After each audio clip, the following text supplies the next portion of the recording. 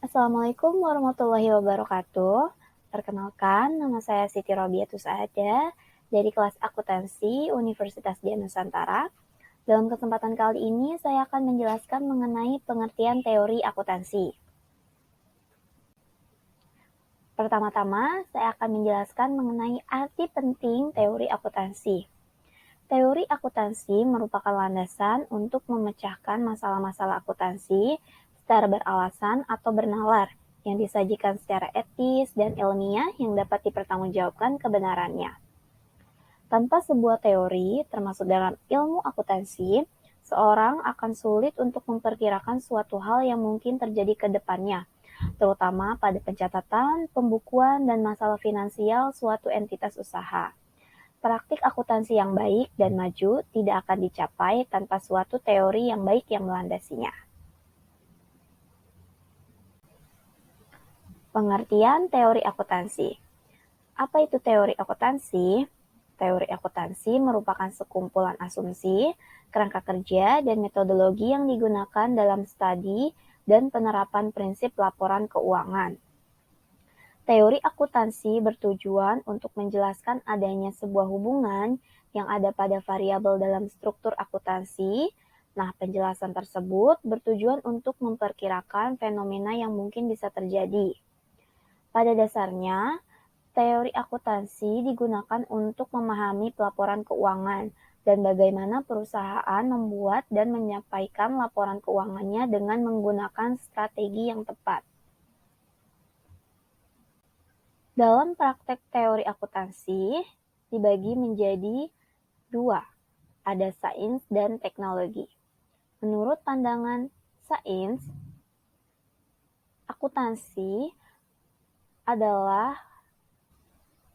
menurut pandangan sains, akuntansi bertujuan untuk mendapatkan kebenaran atau bentuk validasi dari suatu hasil untuk menjelaskan fenomena akuntansi yang terjadi dengan menggunakan metode ilmiah yang tepat. Teori akuntansi, menurut pandangan sains, berpusat pada masalah fakta, sehingga teori ini pun menjadi lebih bebas dalam menentukan nilainya. Sedangkan menurut pandangan teknologi, akuntansi adalah teknologi berupa perangkat lunak yang dipelajari untuk mengembangkan laporan dan aktivitas akuntansi agar bisa mencapai tujuan sosial tertentu. Hasilnya, dalam pandangan teknologi, menghasilkan prinsip, metode, dan teknik yang digunakan untuk mencapai tujuan akuntansi tersebut. Kemudian, jenis-jenis teori akuntansi. Berdasarkan sasaran atau tujuan yang ingin dicapai dibagi menjadi dua. Yang pertama, teori positif akuntansi yang menjelaskan mengenai fenomena akuntansi seperti adanya dasar pengamatan empiris pada setiap aktivitas keuangan di perusahaan atau lembaga. Dan yang kedua, teori normatif akuntansi yang menjelaskan mengenai fenomena akuntansi untuk menjustifikasi dan membenarkan standar akuntansi dengan tujuan yang harus dicapai atas kehadiran dan pembentukannya. Sedangkan berdasarkan aspek tataran estetika semiotika dibagi menjadi tiga. Yang pertama ada teori pragmatik yang membahas mengenai pengaruh informasi terhadap perubahan perilaku dalam penggunaan laporan keuangan, serta dalam teori ini menjelaskan mengenai bagaimana reaksi pihak yang dituju oleh informasi akuntansi yang digunakan secara tepat. Kemudian ada teori semantik yang menjelaskan mengenai perhatian pada masalah-masalah penyimbolan, pengukuran, dan penyajian kegiatan operasi dan objek fisik perusahaan dalam bentuk laporan keuangan. Dan yang terakhir ada teori sintaktik yang membahas mengenai pelaporan keuangan dan memberikan penalaran tentang mengapa data atau informasi bisa disajikan dengan cara tersebut. Kemudian elemen dalam teori akuntansi. Ada 4. Yang pertama relevansi, yang merupakan informasi harus selalu relevan dalam semua aspek. Nah, relevansi ini merupakan aspek elemen terpenting dalam akuntansi. Yang kedua, kegunaan. Teori akuntansi harus berguna untuk penyusunan laporan keuangan. Kemudian ada reliable. Ilmu akuntansi dapat diandalkan atau selalu reliable.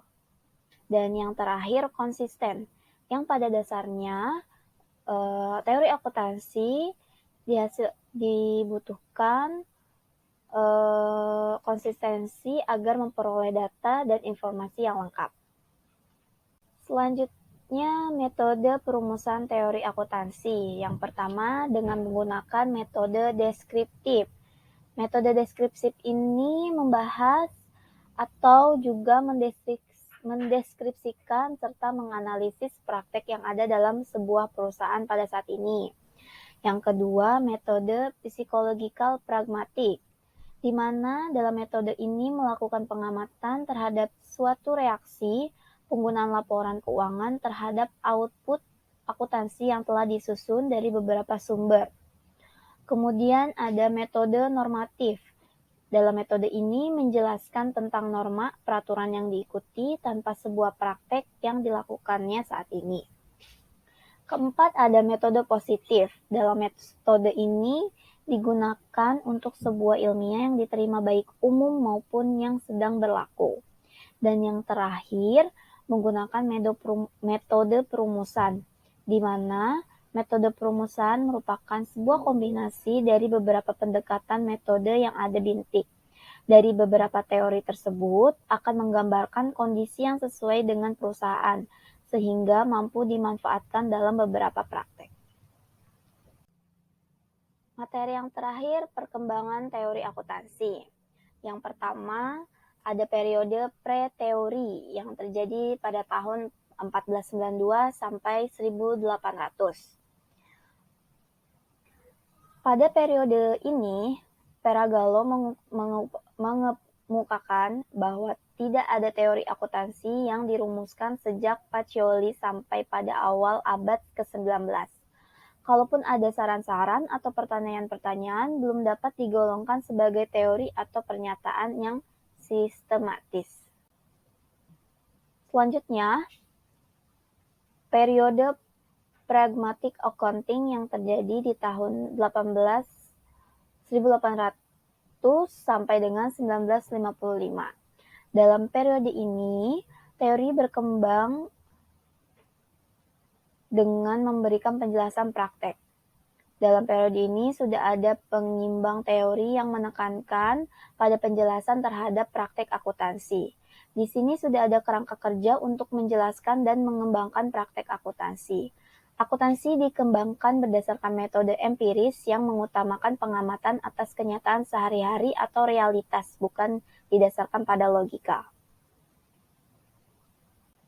Periode selanjutnya, normatif accounting yang terjadi di tahun 1956 sampai 1970. Pada periode ini, teori akuntansi berusaha untuk membangun norma untuk praktik akuntansi yang terbaik. Dalam periode ini, perumusan teori akuntansi mencoba merumuskan norma-norma atau praktek akuntansi yang baik.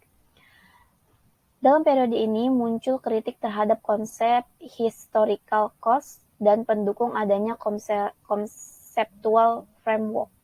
Namun, teori normatif dalam periode ini dianggap merupakan pendapat pribadi yang subjektif, maka tidak bisa diterima begitu saja, harus diuji terlebih dahulu sehingga memiliki dasar teori yang kuat. Selanjutnya, periode positive accounting yang terjadi pada 1970 sampai dengan saat ini. Pada periode ini, data empiris sudah banyak tersedia. Kemudian teknik-teknik statistik dan teknik yang menggunakan disiplin lain untuk melakukan pengujian sudah demikian banyak, sehingga memudahkan melakukan pengujian. Tujuan dari pendekatan teori akuntansi positif adalah untuk menerangkan dan meramalkan praktek akuntansi. Salah satu contoh dalam penggunaan teori positif ini adalah hipotesa bonus plan. Sekian yang dapat Siti jelaskan. Terima kasih banyak sudah menonton.